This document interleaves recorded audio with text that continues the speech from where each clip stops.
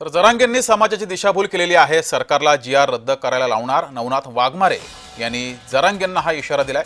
छगन भुजबळांवर बोलण्या इतपत जरांगे मोठे नाहीत असं सुद्धा नवनाथ वाघमारे यांनी म्हटलंय, टीका केली आहे।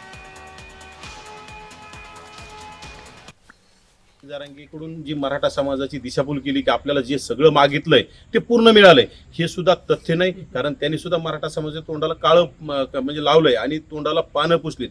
खरं तर हा GR मध्ये ओबीसी मध्ये घुसखोरी 100% होणार आहे। त्यामुळे ओबीसी सुद्धा जागा झालाय आणि त्यामुळेच आम्ही रस्त्यावर उतरलो आहोत आणि आदरणीय भुजबळ साहेब उच्च न्यायालयात सर्वोच्च न्यायालयात त्यासाठी दाद मागणार आहेत आणि पूर्ण राज्यातील ओबीसी समाजाचा भुजबळ साहेबांशी म्हणजे जी मागणी आहे त्याला पाठिंबा आहे आणि नक्कीच हा GR आम्ही रद्द केल्याशिवाय स्वस्थ बसणार नाही।